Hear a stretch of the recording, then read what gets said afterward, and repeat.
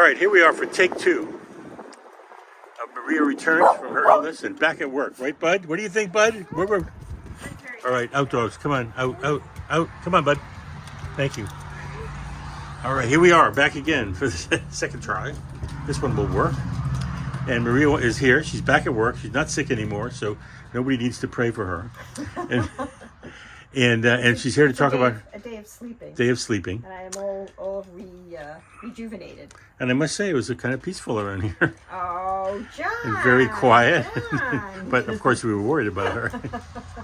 This is the second time in the history of Bedlam Farm that Maria was sick. Well, that's not completely It's true. pretty close, though. So I'm finishing up my potholders. I'm sewing the little openings. I sew those by hand.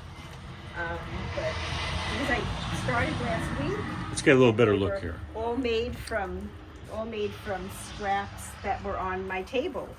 That I can't even remember what it was. The scraps were from. Because you were sick. Honestly. You were in a daze. No, this was last week. Oh, that's right. So I have all these, which I'm going to be putting up for sale in my Etsy shop today. How much are they? And these are $20 each plus $5 shipping.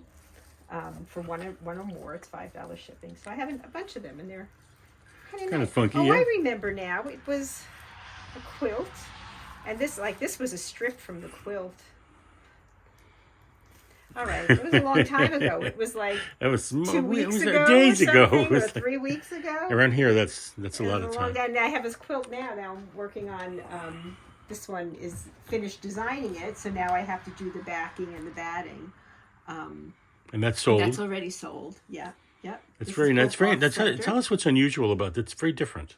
Well, it's different from what I've been doing lately. So it is definitely. What makes it different? Well, it's the colors, the big bold colors, I think, but also that it's so. I've been doing very symmetrical quilts lately, and this one's like really, it's called off center.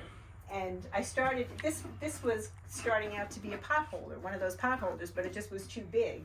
So I kept building and building and building. And it started out with these diagonal lines, and so I wanted to keep that going. Instead of straightening it out right away, I had this idea that I needed to keep that off-kilter, where did that idea come from? Thing going. I think, these things, where do they come from? It's where I was at that point.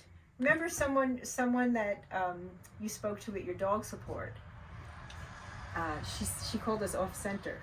Yes. And I really liked that. You love that. You love that. And so I've been thinking about that. I was also thinking about how, how life shifts, how things in life don't go the way we want them to go, and it's this constant kind of balancing act between what happens and how we adjust to it. And that's really what this is about. The things that happen that we don't expect to happen or we don't even want to happen, and then how we balance that, how we adjust to them. So that's interesting. That's what this is. And what about those circles? You mentioned circles. Well, you have these. This is different. I've never used these. I've never used circles before, really.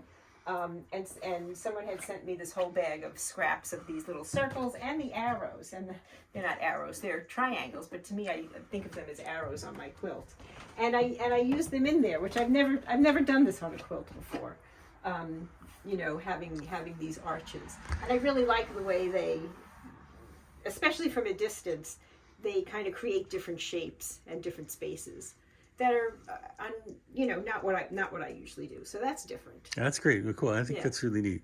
Yeah, and that's what happens when people send me scraps, and it's not something I would ever do, and then you have this thing. It's like what Sue does in her class. Okay, I got all this jewelry. What am I going to do with it? And then you kind of figure out something to do with it, and it takes you out of your comfort zone because it's not what you would normally do. And tell the story of the person who wrote you and said that this was really timely for her because she just lost her house in Florida. Oh, yeah. So the quilt is already sold, and someone had written to me about it, and it seemed just right for her. And I thought, okay, this is the person I made this quilt for, and she is going to buy it. But then I got another message from someone else who was saying that she really felt like this quilt had a lot to do with her too. She was just about to move to Florida when the hurricane hit, wiped out her house, So she, her whole plan, all her plans for that. Do you like the idea that every quilt is made for somebody? I do. I do. think And it seems to happen. And some of them, more people relate to, but sometimes there's like, it's just, and it's like, it's just right. It's like just right for that person.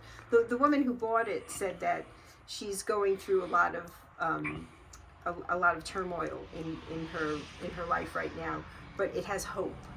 And so I think, and that's what she saw, in this quilt, that idea. And again, it's like, okay, it's off balance, but we bring it back.